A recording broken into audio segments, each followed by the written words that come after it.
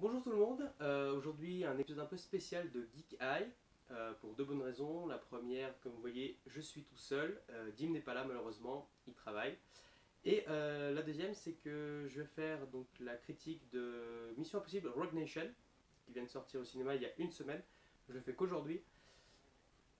Pourquoi? Parce que je voulais faire un vlog, et le problème c'est que je me suis rendu compte que tout le monde a fait un vlog, tout le monde a dit que du bien de ce film, et du coup je voulais tenter quelque chose de nouveau, quelque chose de différent pour ce vlog.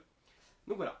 Alors, de quoi je vais parler aujourd'hui du coup? Je ne vais pas faire la critique du film comme classiquement, je vais surtout parler des 5 choses qui vont le plus marquer dans ce film-là et la saga Mission Impossible en général, que je trouve qui sont bien, qui sont vraiment fortes, qu'il y a quelque chose à faire avec, et que ces choses devraient inspirer les autres studios qui, qui font des sagas, Marvel en tête je dirais, qui devraient les appliquer pour le cinéma actuel.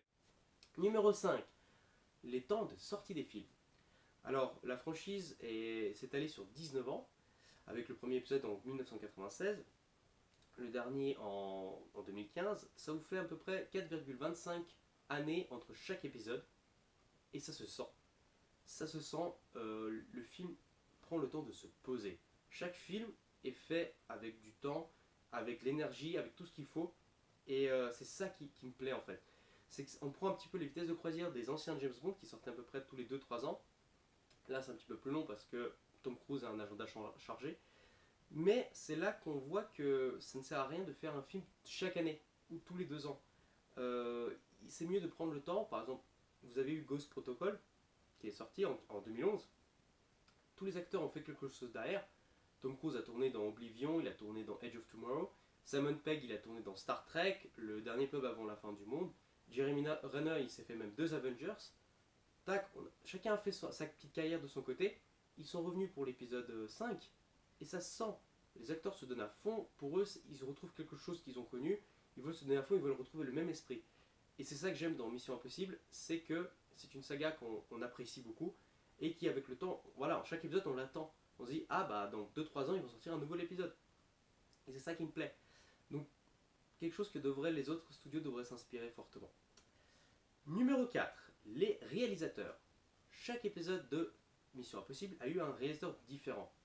Brian De Palma en 96, John Woo en 2000, J.J. Abrams en 2005 ou en 2006, Brad Bird en 2011 et Christopher McQuarrie en 2015.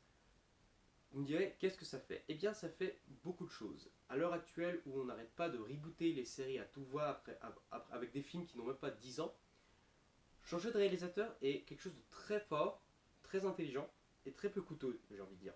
On peut garder très bien la même équipe, comme avec Protocol Phantom et Rogue Nation, où vous avez les mêmes équipes, les mêmes acteurs, mais on change le réalisateur, ce qui fait que vous pouvez avoir un style de film différent à chaque fois. Par exemple, l'épisode 1 et 2 ne sont pas du tout les mêmes. John Woo a posé sa patte. Les petites colombes qui volent partout, les explosions de partout, les scènes d'action ralenties. C'est du John Woo, c'est un grand hommage au cinéma hongkongais. On aime, on n'aime pas. Beaucoup de gens n'aiment pas Mission Impossible pour ça, justement. Mais voilà, chaque film est différent, chaque film impose son style. Une grande saga que je trouve qui fait un peu la même chose, c'est Alien. Alien 1 de Ridley Scott, c'était rien, on voyait très peu l'alien, on le voyait même pas en gros, parce que c'était des mannequins, c'était plus un film d'horreur, c'était un thriller spatial. Le James Cameron qui a réalisé Aliens, c'est déjà autre chose, on voit lui Alien partout, ça pète de tous les côtés, ça explose. Alien 3, qui a été réalisé par David Fincher, c'est une autre histoire. Alien 4, la résurrection de Jean-Pierre Jeunet, ça n'a rien à voir encore. Chaque réalisateur impose son style au film. On garde les personnages, on garde la série, on garde la saga, mais chaque film est différent. Ce qui vous permet de renouveler constamment la saga, renouveler constamment le public, s'adapter aux technologies, on va dire aux modes, aux mœurs, sans pour autant rebooter et tout envoyer à la poubelle tout ce qui s'est passé avant. Donc voilà. Troisièmement, les films sont indépendants entre eux. Alors, certes, vous me direz, J.J. Abrams, c'est un petit peu ce qui a mis J.J. Abrams en place dans l'épisode 3 avec Simon Pegg, avec Tom Cruise à peu près, surtout Simon Pegg, avec la femme de Tom Cruise qu'on a retrouvée à la fin du 4e épisode.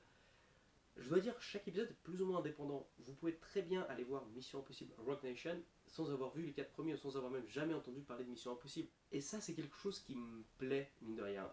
Je commence à faire un petit peu une overdose de Marvel ces derniers temps, parce que vous devez voir tous les films avant de comprendre une seule scène. On peut se focaliser sur un scénario très bien ficelé, très bien construit, pour offrir un film, un grand spectacle au spectateur, sans que celui-ci soit obligé de réviser, avant à rentrer au cinéma, 15 pages, 15 bouquins de tous les films qui se sont précédés avant, de regarder, de se faire un marathon la veille. Numéro 2, les cascades. C'est la marque de fabrique de Mission Impossible depuis ses débuts, avec la fameuse scène dans l'épisode 1 où Tom Cruise est suspendu dans le vide à quelques centimètres du sol. Vous aviez aussi la cascade avec le train à la fin. Tom Cruise suspendu en haut d'une falaise au début de l'épisode 2, quand il saute dans le conduit d'aération. Dans le 3, c'était lorsqu'il sautait d'un immeuble sur l'autre. Dans le 4, pour moi de loin la meilleure, lorsqu'il escalade à la Burj Khalifa, où vous avez un mélange de caméras numériques, d'effets spéciaux, de prises de vue réelles. Dans celui-là, pareil, vous avez tous entendu parler sûrement, il court pour de vrai sur l'avion. La scène où il court sur l'avion, ça a été vraiment sans trucage, sans effet numérique. C'est vraiment lui qui fait, il est juste attaché, on a juste effacé numériquement les câbles, mais tout est fait par lui. Et c'est ce que j'aime, c'est ce côté réel du cinéma. Ça va vous paraître bizarre. En étant un grand geek, je n'aime pas beaucoup les effets spéciaux. J'aime bien quand les effets spéciaux sont discrets, que légèrement on ajoute quelque chose à l'ordinateur, 3 fois rien. Mais j'aime bien quand c'est fait à l'ancienne, avec des vrais décors, des vrais trucs qui explosent, des vrais trucs qui tournent. Le meilleur exemple est dans Inception, lorsque le couloir il tourne. Ce n'est pas un effet 3D. Ils ont vraiment construit un couloir qui tourne. Ça se ressent. Ça se voit. Il n'y a pas autant de cascades que dans les autres. Rien de marquant, je dirais. Mais on voit quand c'est Tom Cruise qui fait les cascades, parce qu'il y a des gros plans surtout. J'ai vu beaucoup de making-of. C'est un acteur dont, voilà, c'est sur ça que je vais rebondir, mon numéro 1. Mon numéro 1, c'est Tom Cruise. Que vous l'aimiez ou vous l'aimiez pas, que vous trouviez que ça se fait pas de voir un film d'un mec qui fait de la pub pour la scientologie, on peut pas nier que Tom Cruise, c'est Mission Impossible. Mission Impossible, c'est Tom Cruise. Il apporte énormément à la saga. Sans lui, je ne vois pas comment aurait été la saga. Ce mec est phénoménal, 20 ans de carrière, il est toujours au top. Il se donne à fond pour ses films. Contrairement à une autre saga que j'aime beaucoup, qui est Die Hard, qui est un petit peu tombé dans la surenchère, et avec Bruce Willis qui a pris de la bouteille, qui commence à faire un peu n'importe quoi.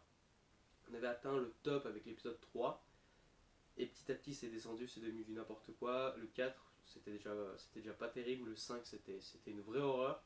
J'ai même pas pu le voir jusqu'à la fin, où on avait une surenchère d'effets spéciaux.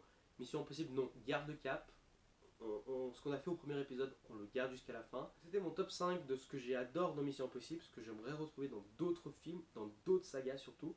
N'hésitez pas à aller le voir. Actuellement, c'est dans mes top 3 des blockbusters que j'ai plus adoré cette année, que j'ai vu pour l'instant, qui m'ont le plus marqué, avec Mad Max et Jurassic World.